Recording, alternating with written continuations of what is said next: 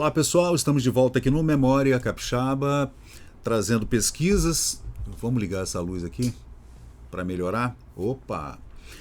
A pesquisa agora é sobre o padre Anchieta, de uma revista muito importante do Rio de Janeiro, dos anos 1920, 30, 40, que é a revista Vamos Ler.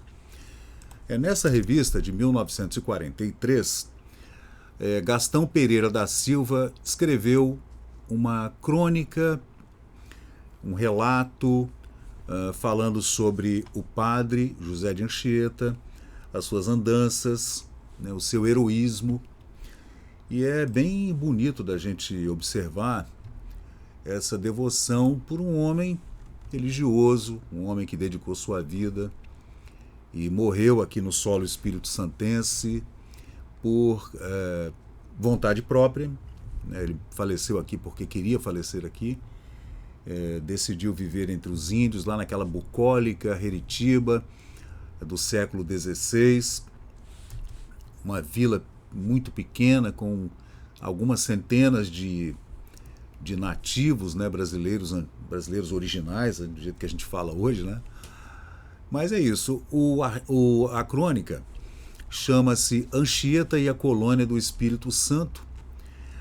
Como o maior apóstolo do Brasil amou o Espírito Santo, a morada predileta do grande catequista Heritiba ou Heritiba, né? A gente nunca sabe exatamente qual é a palavra, né? Era assim que os índios chamavam a cidade de Anchieta lá atrás, no Tupi. Heritiba ou Heritiba ou Heritiba.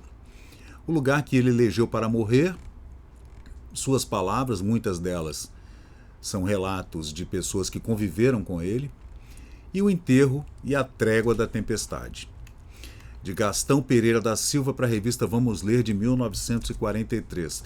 Eu acho que o padre Anchieta, gente, hoje o santo Anchieta, foi a pessoa mais divulgada e debatida do Espírito Santo, se é que nós podemos considerá-lo um capixaba, né? Mas ele elegeu o Espírito Santo para morar, para viver e para morrer. Era pequeno de estatura, descarnado, com poucas carnes, tá, gente? Descarnado é porque ele era magrinho. Pouca barba, olhos azuis, cabeça grande. Seria talvez uma figura comum, se não tivesse um olhar penetrante e misterioso que sempre anunciava as almas predestinadas dos santos ou dos gênios. Existe um relato que eu trouxe aqui no Memória Capixaba, em outro vídeo aqui do canal, que retrata Anchieta dessa forma mesmo. Era um cara assim que chegava calado, misterioso, franzino, com aqueles olhos azuis muito penetrantes, e tinha uma aura misteriosa. Era o jeito dele, né, gente? Era o jeito dele. Uma batina de algodão apenas, pés descalços, Cristo e rosário ao pescoço. Bordão na mão.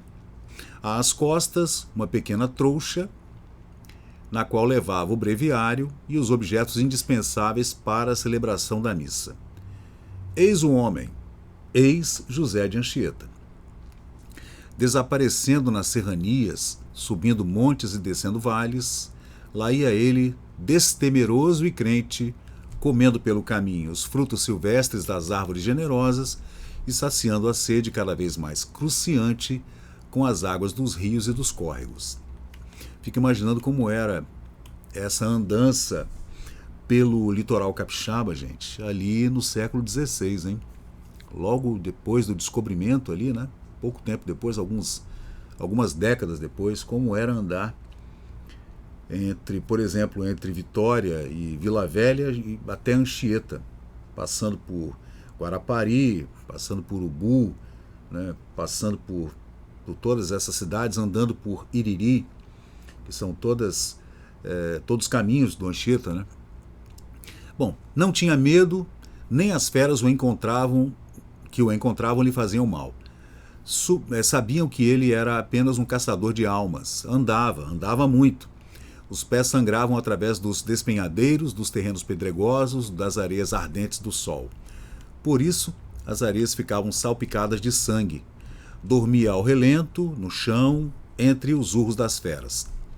Às vezes acordava espantado, mas olhava o céu e dormia outra vez. Caminhando, caminhando sempre, vai encontrando aldeias onde arrebanha as almas e instila-lhes a fé. Enfrenta feras, enfrenta guerras de índios, insubmissões de silvícolas. Querem às vezes matá-lo, mas Anchieta sabe converter o instinto de um canibal na alma de um pássaro. Assim anda 40 anos. Durante 40 anos ele catequiza, instrui, prega, administra sacramentos, regula as leis das tribos, cerceia abusos, consola enfermos, assiste os moribundos. Semeia a escola. Numa palavra, civiliza. Um dia, porém, chega exausto de forças à cidade de São Sebastião do Rio de Janeiro. Está velho, quase mirrado, cansado de beber as águas dos rios e de comer os frutos das árvores. Você vê, saia daqui pelo litoral até chegar no Rio de Janeiro, hein, gente? Será que era de navio que ele ia? Ou será que ele ia no lombo de burro? Ou de cavalo, né? Ou de charrete, não sei, de carroça? A gente não tem detalhes sobre essas viagens longas, né?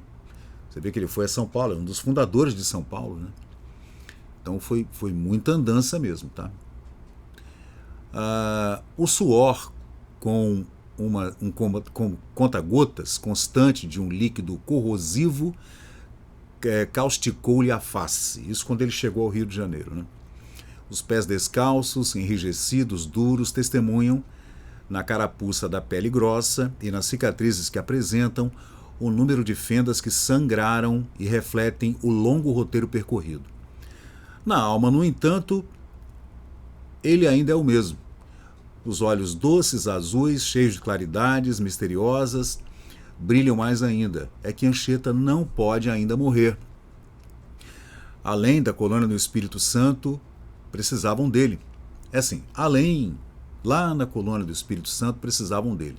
Por lá havia passado vários anos penetrando pelas cabanas, visitando as famílias, pregando, ensinando, levando a paz na luta dos silvícolas. A terra tocou-lhe tanto no coração que ele elegeu ela para morrer. Assim, quando todos julgavam ser o fim da sua jornada, doente e moribundo, no Rio de Janeiro, tá? Doente e moribundo, eis que inopinadamente chamado a solidarizar os índios belicosos que em novas guerras se debatem. Então ele foi chamado, mais uma vez, a voltar para o Espírito Santo. Só há um homem capaz de promover o milagre da paz.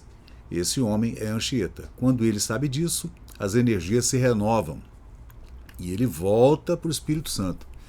Diz então, ele, né, Anchieta: meus padres e meus irmãos, não vos aflijais que ainda não é chegada a minha hora. Deus não quer que eu morra desta doença nem neste colégio. Aguarda-me a colônia do Espírito Santo. Lá passarei os últimos dias de minha vida. Lá soará para mim a minha última hora.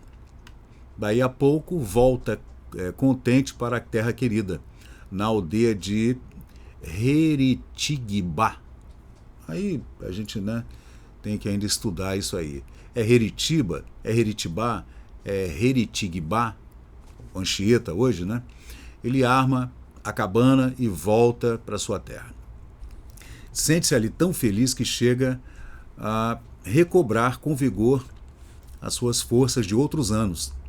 Vai em busca dos selvagens, tudo se tranquiliza na paz do Senhor. Na sua morada predileta, vive ainda por mais 2 anos. Então ele esteve no Rio de Janeiro, gente, em 1595. Voltou, doente, mas voltou para morrer lá. Mesmo assim, penetrava na Mata Virgem, indo até as paragens mais distantes, levando sempre o conforto espiritual aos que dele necessitavam. Todos o saudavam como mestre, protetor e pai, mas, pouco depois, morreu. Era 9 de junho de 1597. Tinha então 64 anos de idade e 44 anos de apostolado no Brasil. Sua morte está descrita no poema imortal de Fagundes Varela. Ao se ter notícia do desaparecimento do grande educador, toda a região se enche de pranto e de consternação, diz um dos seus biógrafos, né, porque europeus, índios, ricos, pobres, grandes e pequenos, todos choram a morte do Anchieta. Procuram alcançar alguma relíquia sua. Aí foi um problema, né? Porque a gente sabe como é que é a Igreja Católica antiga com relação às relíquias. Então, acabou que ele foi, né, dividido, digamos assim, né, e ossos e cabelos e partes do corpo foram levados para vários lugares, né? Algumas partes ficaram em Anchieta mesmo, outras estão em São Paulo, outras no Rio de Janeiro, outras em mosteiros e etc. pelo Brasil afora. Seu corpo terá que ser transportado para a cidade do Espírito Santo, Vila Velha, para o Convento da Penha. Ele ficou lá, o corpo. Depois veio para Vitória, onde está hoje no túmulo do Anchieta, lá no Palácio Anchieta. Esse é o túmulo, gente, ó, no Palácio do Governo. Fecham-no então no ataúde que é carregado nos ombros de índios por ele convertidos. Precisam vencer 2 dias de viagem. Para chegar de Anchieta até Vila Velha, são 2 dias de viagem a pé. E hoje nós temos o Passo de Anchieta, que é uma caminhada que os peregrinos e turistas e devotos, né, fazem hoje, atualmente, todos os anos, né, saindo daqui de Vila Velha, de Vitória e Vila Velha, se encontram pelo meio do caminho e vão até Anchieta, né, fazer suas orações lá naquela antiga igreja onde viveu e morreu o padre José de Anchieta. Então é isso, gente. Legal, né? Essa pesquisa que a gente fez já tem bastante tempo, da revista Vamos Ler, chamada Padre Anchieta e a Colônia do Espírito Santo, escrita em 1943 por Gastão Pereira da Silva. Então, pessoal, é isso. Existem outros vídeos aqui no canal sobre o Padre Anchieta, vários deles, aliás, com fotos incríveis da revista O Cruzeiro, dos anos 50, dos anos 60, a revista Manchete, e outros vídeos que eu criei uma playlist chamada José de Anchieta, onde eu coloco todas essas pesquisas dentro dessa playlist aqui no YouTube. Então valeu, pessoal, eu sou o Fábio Pirajá. Por favor, deixa um like, divulga o canal para a gente poder chegar a mais pessoas aqui no YouTube e em outras plataformas para as quais a gente manda esses vídeos que nós fazemos aqui no meu estúdio. Então, se você puder deixar um like, compartilhar o canal, divulgar com os amigos, né? E também ativar as notificações, você se inscreve, ativa lá, toda vez que eu lançar um vídeo novo, você vai receber no seu e-mail, no seu telefone, uma notificação aqui do Memória Capixaba. Valeu, pessoal, obrigado e até a próxima. Tchau. E chegamos ao final de mais um vídeo aqui do Memória Capixaba. E se você curtiu o conteúdo, por favor, deixe seu like, compartilhe aqui o nosso canal e inscreva-se para mais novidades. Até a próxima e muito obrigado por participar aqui do Memória Capixaba.